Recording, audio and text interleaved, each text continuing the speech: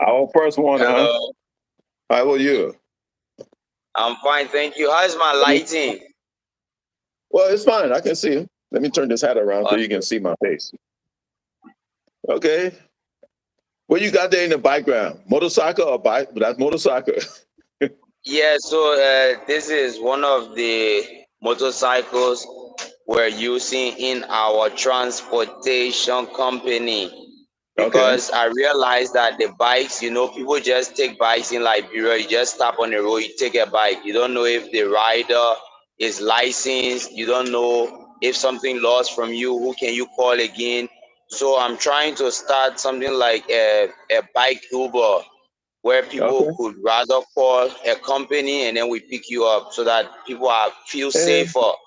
my Yeah, man, you so making that's me what I'm cry. trying to do with You these making bikes. Yeah. you making me smile, and you won't make me cry too.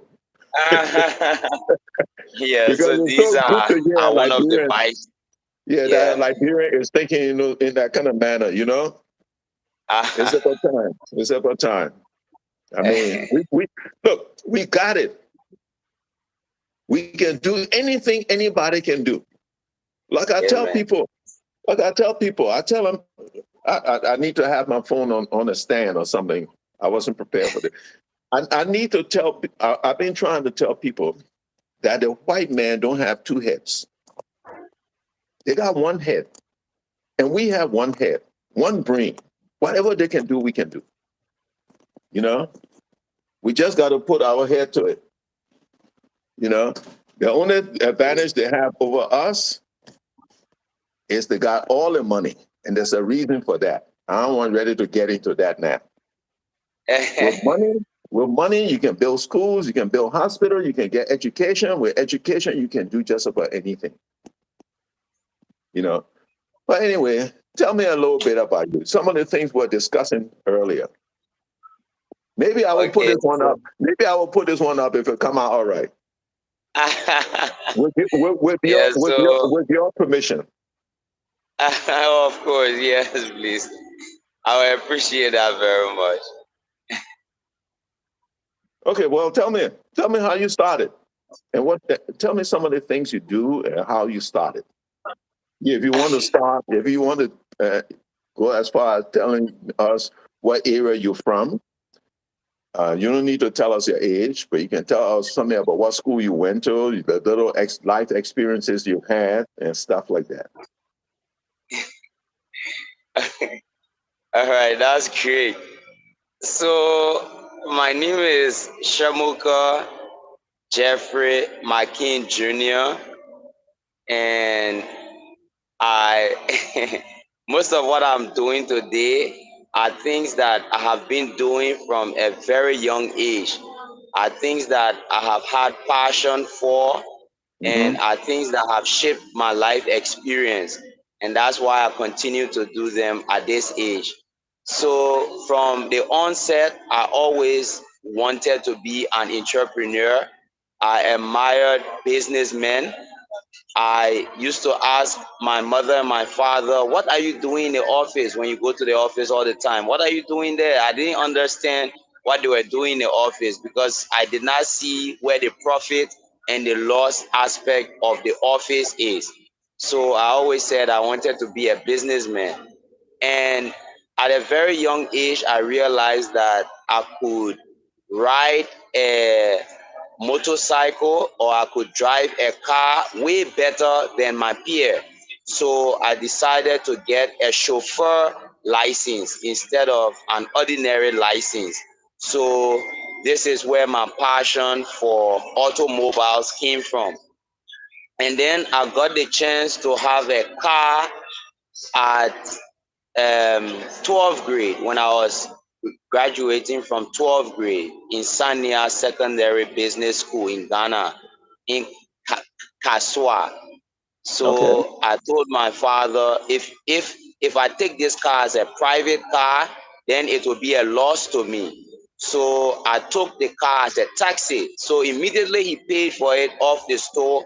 I told him, let's drive it straight to where it gets registered as a taxi, so that as a taxi I could use it to make an income At the same time, at my spare time, I could drive it around for my personal errands. Hmm. So this is where my love for business also grew in the transportation sector. And then I got blessed to drive for a former minister of Ghana, and I also got blessed to drive in the His Excellency Nana Addo Akufo-Addo's convoy for the minister many years ago when he lost his first election. So all those experiences over the years also shaped my love for transportation. And then I came to Liberia when I graduated from the University of Cape Coast in Ghana, where I graduated with a Bachelor of Commerce degree. So after that, I did my national service in Ghana with the West African Examinations Council at the head office. And when I was finished with my service, they were impressed with my work and they decided to employ me. But I said, no, I think Liberia needs me more than Ghana because at the time there was a lot of brain drain in 2014. So I decided to come home and join the Liberian Armed Forces.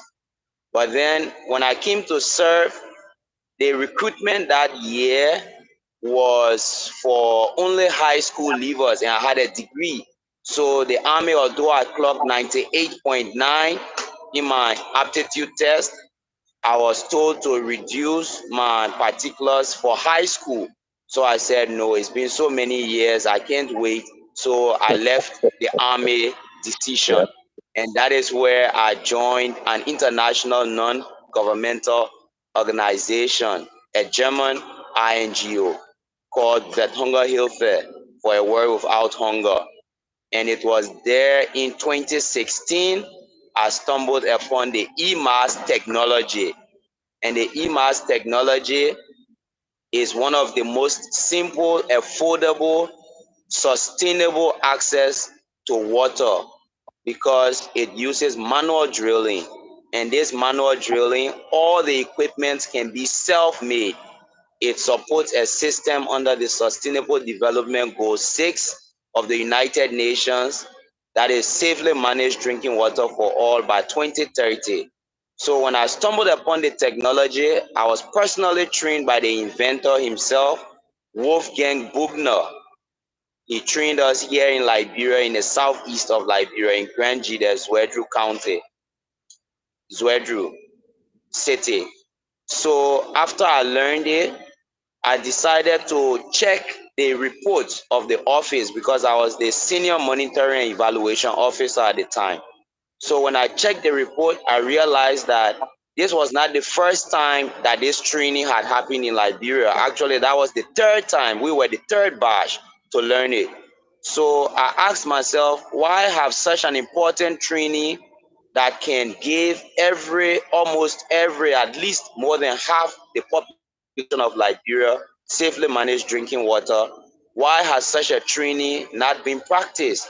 So it was based on that I resigned from my work in 2019 to fully run this technology because I believe in it and I believe that it can give Liberians access to safely managed drinking water. Seeing our females, seeing our girls, children, seeing our women as they go out of their homes to go and beg for water. Some of them are sexually harassed along the way. Some of them go to their neighbors' homes to draw water, and it ends up with sexual harassment. It ends up with insults to our ladies. And so I said, no, I must put this technology into use. So that's how I created a company that is now, because first to get a borehole at home or to get a well, you would have to dig with an open culvert, and one culvert cost about 45 US dollars. So imagine if you are digging a 20 feet well, and each of these culvert is between 2 feet to 3 feet. So that means you need 3 feet, about 20 feet. That's 20 divided by 3. and that will be your cost. It will be very expensive. But these pipes, one of these pipes are 17 feet long to 18 feet long, and one of them is cost only $20. So if you do a manual drill and you put one of these pipes in, the cost is, it beats the cost by 100% almost. So right now we give hand pumps to Liberian homes for as low as $550 a complete unit installed at home. And for those who choose self-supply, we even go as low as $390. So this is how we have been able to get more homes to have affordable and accessible, safely managed drinking water. And they, what I also love about this technology is that it is self-made. Anyone can learn to make it. You do not have to be a technician. You do not have to know vocational skills. You can learn to make it.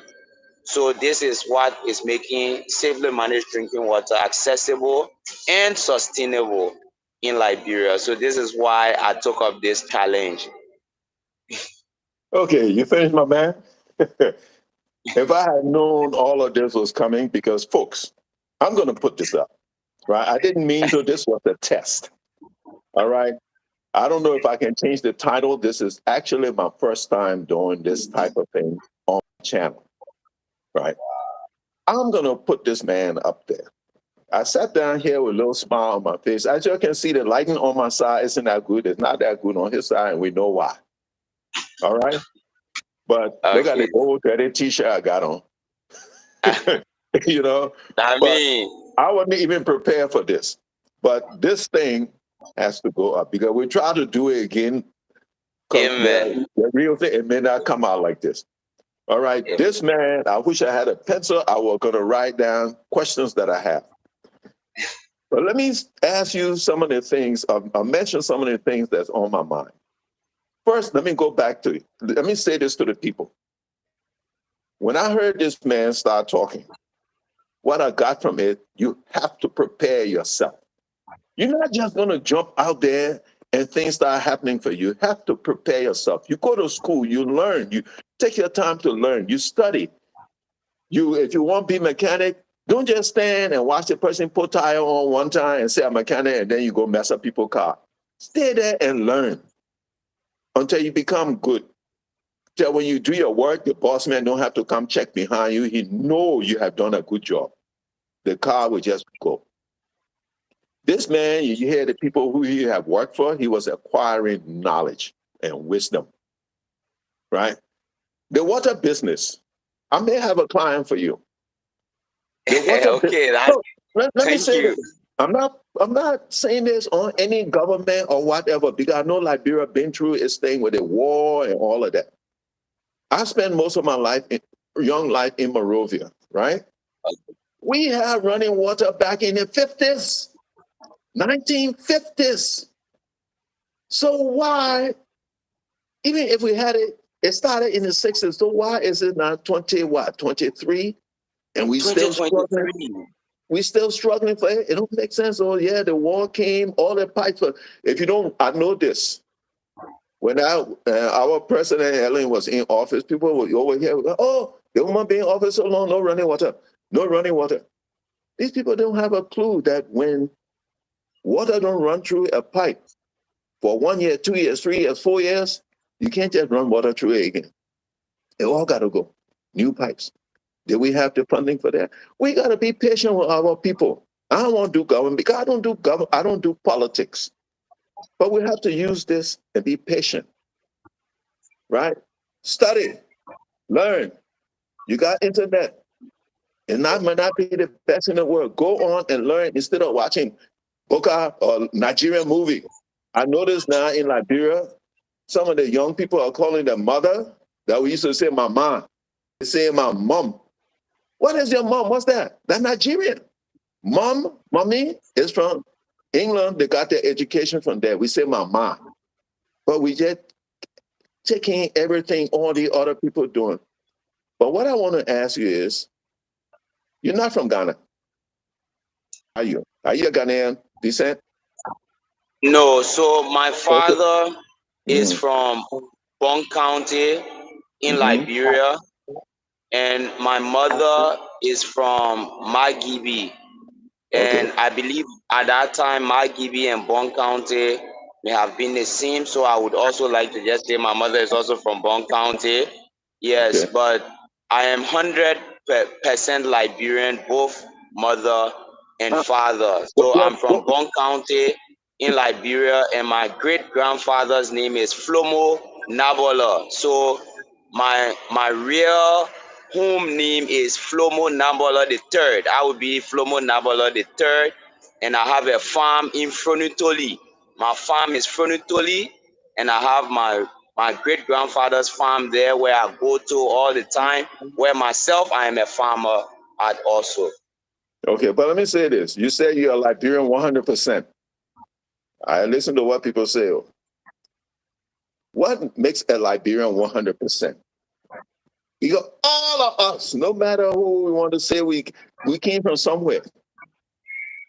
Even the indigenous Liberian who've been there for 1,000 years came from somewhere. Yes. So yeah, we understand what you mean by So Liberian 1%. for me, for Mm. me, what makes a Liberian 100% first is the patriotic behavior for the country. It's patriotism.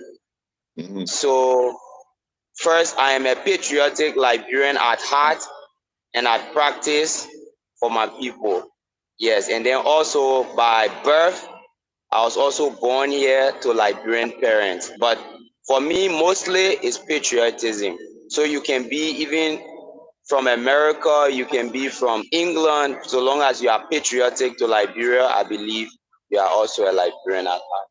Believe you me, I know some Americans that know more about Liberia than I do. And it made Thank you. me Yes. embarrassed when I first came here. Because number one, we Mm, don't teach our people our history in the school. We mm, just teaching the little kindergarten stuff. That's what I call it. Because the people in high school, the people in second grade, third grade, they're teaching them basically the same thing. mm. Basically the same thing. But anyway, and when I say these things, I'm not talking on any ruling who running the country. That's been the way since I was born. I'm way older than this man, but it's been that way since I was born. Okay, so Okay. nobody it's just something we just didn't do much of. And I say you would never know where you. Well, somebody said it before me. You would never know where you going unless you know where you came from. We got to learn our history. And this man here, in my view, is part of our history because he's doing things in Liberia now. According to him now, I'm not the one that would jump, I'm not calling him liar or anything because I only hear him saying it. And I came across him by watching another channel and saw his works. And I was in Liberia at the time, but it's wrong thing I did. I didn't try to make contact with him until I came back to the US. Okay. But we connected. And now this is going to be my introduction of him to you guys, to LIB. Use this man and my man, be ready. If the people start coming, but be ready. No, they want serious now. I've been smiling and stuff. Yeah. I don't, the family I'm from, we don't deal with foolishness. You start giving these people hard time, stuff like that, and then you come back and we finish. Okay. And so, welcome to MAD in Liberia. I should have said that in the beginning. MAD stands for Make a Difference. Make a difference in Liberia. So anybody like this man here who is trying to make a difference in Liberia, I will support or give an interview and all of that. This is my second interview. My first one was with another Liberian in Philadelphia who owns food store, clothing store. He got one down. I would say his name, Uncle Musa, right? But this is my first sit down and talk to interview. Okay, my man, thank you. And tell the people your business name again. You told them your name, but you didn't tell them your business name. Okay, so I am the CEO of Forever Low Cost Options for Water Liberia. And if you type into the internet Flow Liberia, FLOW Liberia, you will find some of our work that we Okay, and tell them what they work. What do you do? What made me interested in contacting you? You did something, I think, in West Point. Oh yes, okay. So Tell them about in it. West Point in 2015, Liberia had an Ebola virus crisis, and the then head of state, Her Excellency Ellen Johnson Sirleaf, had to shut down West Point for a period of time, which was inconveniencing to everybody. So after the incident in 2020, we decided to do some work in West Point to change the situation. And we did this by installing 26 hand pumps with the permission of, of Honorable Mary Brough, who is the GSA boss. We informed her before doing it, and she agreed, and we did it. And so Internet acting up again. Well, not again, the first time for real. Like the internet gets lost. All right, folks, look. Well, I will get him back on again, hopefully when it's not raining and the weather is better. It's not raining right now, but this is the longest talk I've had with anybody on WhatsApp or Facebook or whatever without interruption. We've been on for over 20 minutes now. And thank you for watching. I don't know if you'll be able to come back on. This is my first time using this, so I don't know what I can do. I can share this again. I can share.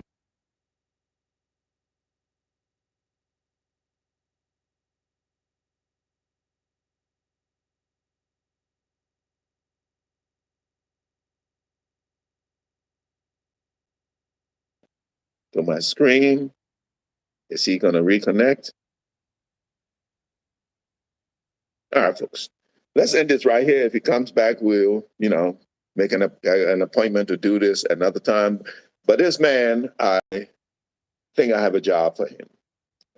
And he told me a lot more about himself, what he does. It's not just the water business. There's other things he's into.